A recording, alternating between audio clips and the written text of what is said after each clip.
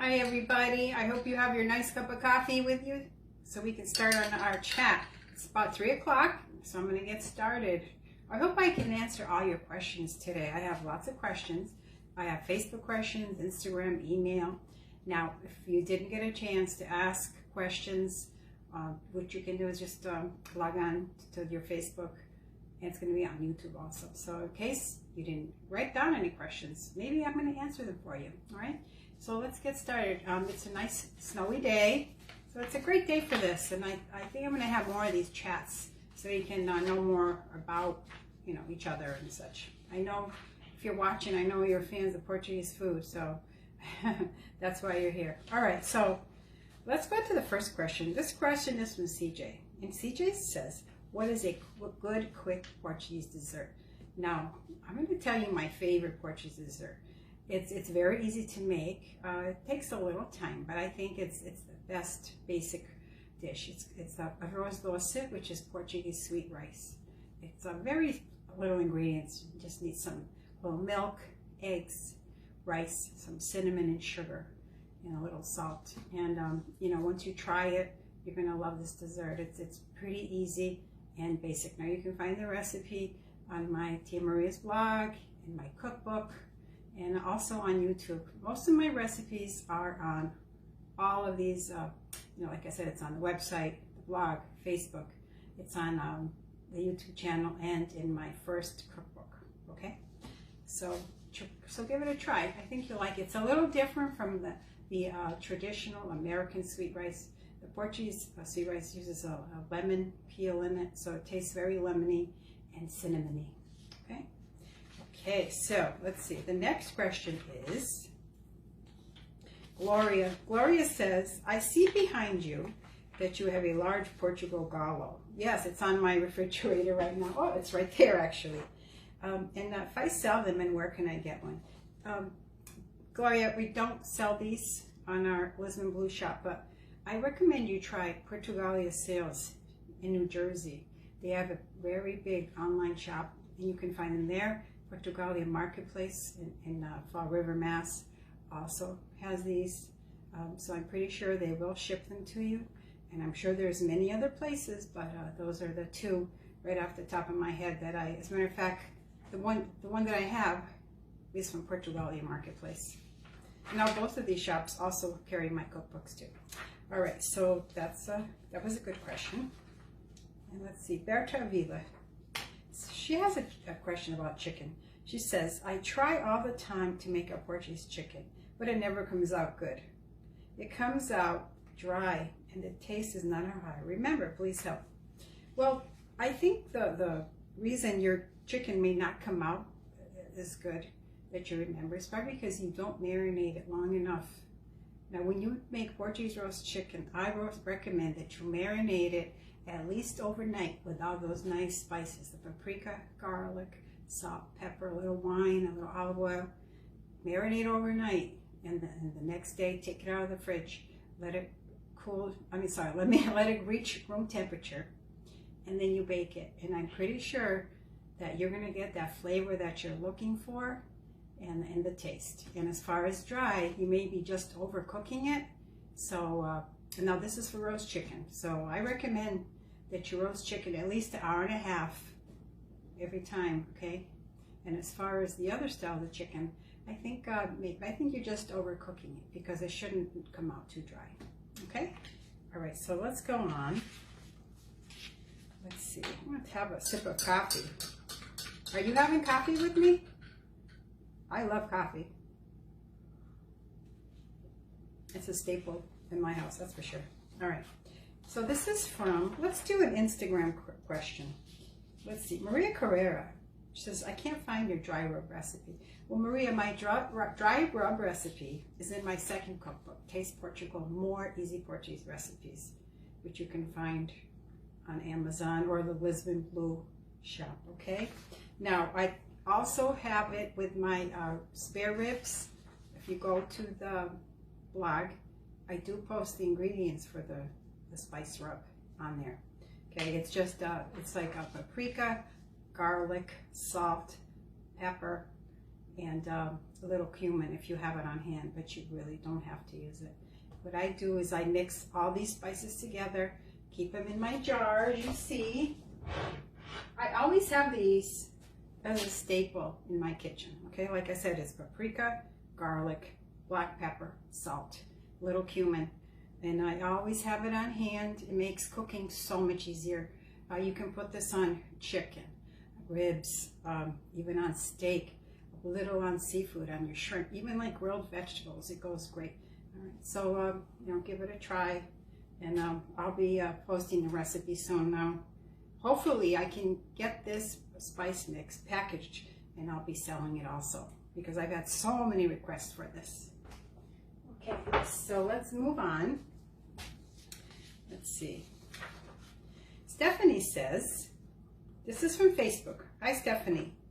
Stephanie asks, when we make carne parmigiana, we use red wine to marinate the day before. Sometimes it's good, sometimes not. Do you have a preference, and what are your suggestions? Okay, Stephanie, I tend to always use white wine when I marinate pork. I just like the flavor better. It comes out more intense flavor. And of course, as I said to Berta, the reason that you want to marinate your pork or chicken, you want to marinate it overnight in the refrigerator, or at least 2 hours. So I think that might be the reason you're not marinating it long enough. Of course, you don't want to overdo it with that wine either. You want to, you know, if it's like a couple pounds of pork, you want to do like maybe half a cup of wine to one. You don't want to over marinate in that wine either. But I think that might be the reason. Okay, so use white wine. That might have lots of garlic, of course, and salt and paprika. Okay. Okay, Nancy. This is from Facebook. Nancy, can you tell me how chorizo and linguista differ? Now, according to a shop, online shop where I buy my chorizo, which is Gaspar's Linguista. According to the shop, chorizo is spicier than linguista. Now, there's contradictory, you know, theories on this. Some people think the linguista is spicier, but I tend to think that chorizo is a little spicier. So that's probably the only reason. I think linguista has more of a prickish taste. It's a redder type of sausage. Okay, but you can pretty much substitute each one for the other in recipes. It's not going to really change it that much. Okay, so let's move on.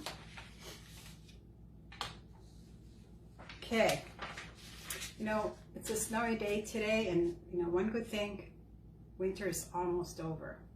You know, you have probably another, I think the first day of spring is March 2021, if I'm not mistaken.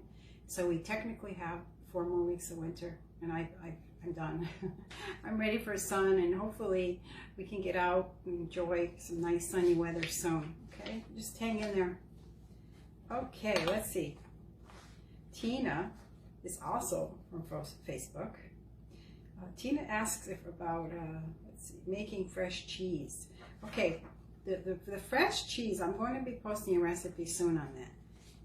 The reason that I find that people have a hard time with the fresh cheese is because when they heat up their milk, it's too hot.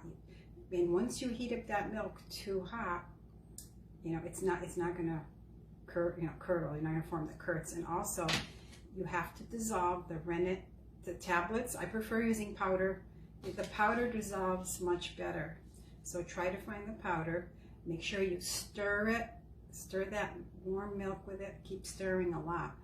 Okay, and I think that's the reason why your cheese won't set. But I will be posting a recipe eventually on that. Okay. Christina's asking for a cazuela recipe. Unfortunately, I don't have a cazuela recipe. The cazuela recipe is more of a Azorean recipe, but I think you can find those recipes, you know, online, and there's other cookbooks that have that. Okay, good luck on that. And Carol asks, what's your favorite Portuguese wine? Well, my favorite Portuguese wine is probably Vinho Verde. I love the taste. I love bubbly drinks, and Vinho Verde has like a bubbly, tangy taste to it. That's why I like it. I'm not a fan of dry wines. So I like Vinho Verde. I have it on hand all the time. I use it for cooking, drinking, of course. And so that's my favorite. And my favorite is probably Casal Garcia, but Aveleda is good too. Tres Marias. I'm not endorsed by any one of those, so it's just a personal preference. Okay. So let's see. I'll have another sip of coffee. All right. Let's see. Izzy Gals from Instagram. Do you have a recipe for Molotov? Yes, I have a recipe for Molotov in my first cookbook, Taste Portugal, 101 Easy Portuguese Recipes. Okay, you can try it. But I believe I have it posted on my blog too. You can go quick. Okay. Kathy, this is from email. Kathy wants to know, what's your favorite Portuguese dish?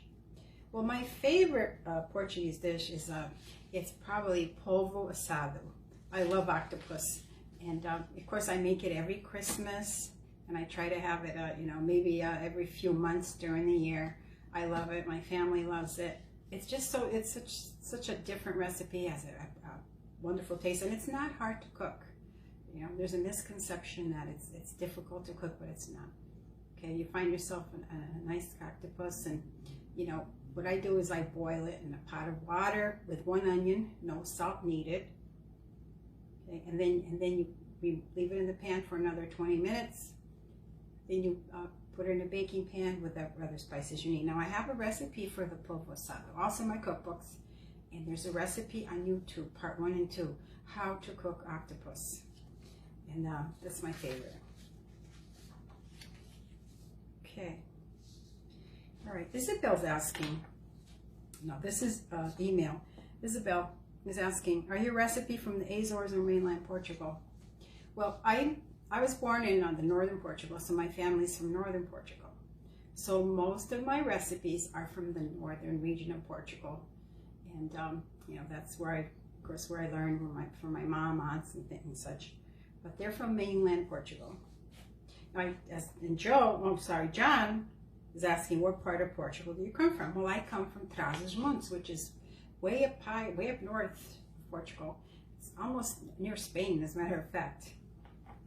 And let's see. And then George is asking, what is your easiest Portuguese dish? Okay, the easiest Portuguese dish for me is probably shrimp and rice. It takes maybe 20 minutes to half hour to prepare. It's super easy. And I think that everybody loves shrimp and rice. It's such a go-to recipe, and everybody loves shrimp, of course. Okay. Anna's asking, this is another email question. Hi, Anna. Anna's asking, how long have you had your blog? Okay, my blog started in 2010, it was 11 years ago this month, as a matter of fact. So it's been quite a while. I started off writing recipes with Lisa, my daughter. We started off putting family recipes on the blog just for fun, and it just started growing and growing. It became very popular, which is great. There's Portuguese people all over the world. So we have fans in Australia, Dubai, Spain, Brazil, Canada, throughout the U.S., England. We have fans from all over the world. As you know, lots of Portuguese immigrants all over the world. So, like I said, we started 11 years ago, and it just grown. It evolved into the cookbook, and then a second cookbook, and YouTube videos. So, it's been quite an experience sharing all my recipes. And Anna also, second question is, where did you learn your recipes? And I learned my recipes from my mother, my aunt, my brothers own a restaurant in our hometown of Ludlow, Massachusetts, called the Matador. And at the Matador, we used to get a lot of chefs from Portugal that would come to work there. And throughout the years, they inspired me to cook, try different recipes. These are authentic Portuguese recipes that I make. Some of them, of course, I put a spin on them, but that's where I learn, and it just keep evolving. Martha, an email question. What's your favorite dessert? Martha, my favorite dessert is cavacas. Now I have a great recipe for cavacas on my blog, and there's also on YouTube, and in my both cookbooks have it. I think it's just such a great dessert, and it's a fun dessert. Give it a try. I think you're gonna love it. Okay, Linda, what do you recommend for Portuguese pantry staples? Okay, now the Portuguese pantry staples are pretty basic. Okay, you always want to have paprika, garlic, onions, bay leaves, salt, pepper, some peppers. I think that's the basics, and they use I said mint, right? So mint, not mint, sorry, bay leaves, and that's pretty much the basic. Of course, olive oil.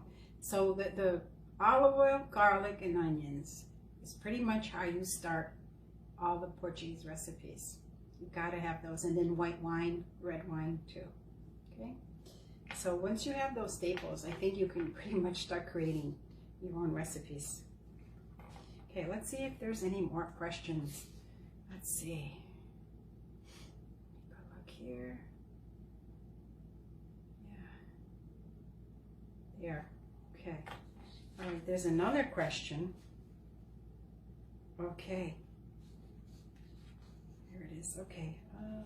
Okay. Jose said he loves my cookbooks, and he wants to know if I'm working on more cookbooks.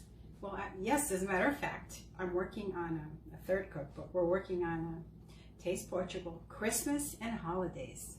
We're going to be getting a collection together of the Christmas traditional recipes and holidays, like festas in Portugal, like different recipes, different foods that you eat at festas and holidays and Christmas. So I think that's going to be a fun cookbook, and it'll be like a collection of both books plus some more recipes for you. And I think that one's going to be a pretty big. Hopefully that one's going to come out the end of this year too. So it's going to be a busy year for us. And that ties into the next question that Jose said too. And he said that he's subscribed to my YouTube channel, and because he loves the recipes. Now, the YouTube channel is we started that a few years ago too. I have lots of views on there already, but we're adding more and more videos. I just added 2 this week, 1 yesterday. There'll be 1 out Friday. Friday's going to be, I think tomorrow. I think Friday's the Portuguese ribs. So just in time for Valentine's Day. If you guys want to try those Portuguese ribs, it'll be up Friday on YouTube. Okay, and it's also on my blog. Like 100% of my recipes are on my blog, or in the cookbooks, or on YouTube. Okay, so I try to put them on different places for everybody. So like I said, the YouTube channel, it's growing, and be sure you subscribe, because if you subscribe, you get notifications when I have a new video coming out, so you won't miss any. Okay, so do that.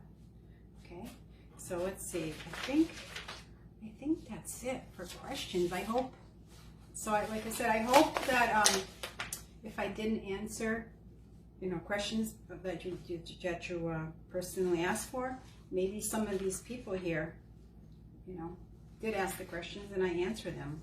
And I'll be having more of these little chats so we can talk and get to know more personal and such. So, right, I hope you enjoyed it, and go on and I hope you enjoy the rest of your coffee. Take a break, enjoy it, because cooking Portuguese food is very easy. Okay, once you know the basics, you can do it. Don't be afraid. And I think, as I've said many times, I think it's so important that we keep the Portuguese tradition alive. Okay, not only in the USA, that's where I'm based, where I live, but throughout the world. Make sure, wherever you live, in Canada, maybe Australia or England, could be Paris. There's lots of people, Portuguese in Paris, anywhere. So be sure that you keep sharing our traditions. It's very important. Our culture is very, very diverse, and we have so many foods that the Portuguese people inspired throughout the world. So we want it to be known, and I think with the Portuguese food, needs more exposure and get the recognition that it deserves. Okay, so you have a wonderful day, and I want to thank all of you so much. I have such great support, such great followers, such great friends, and you guys inspire me to keep cooking and keep sharing these recipes, and it's so important. And and it being a Valentine's Day, I want to send you lots of love, lots of health. Happy Valentine's Day, and muito amor para todos. Okay, Feliz Dia de Namorados. Happy Valentine's Day. Bye. Thank you.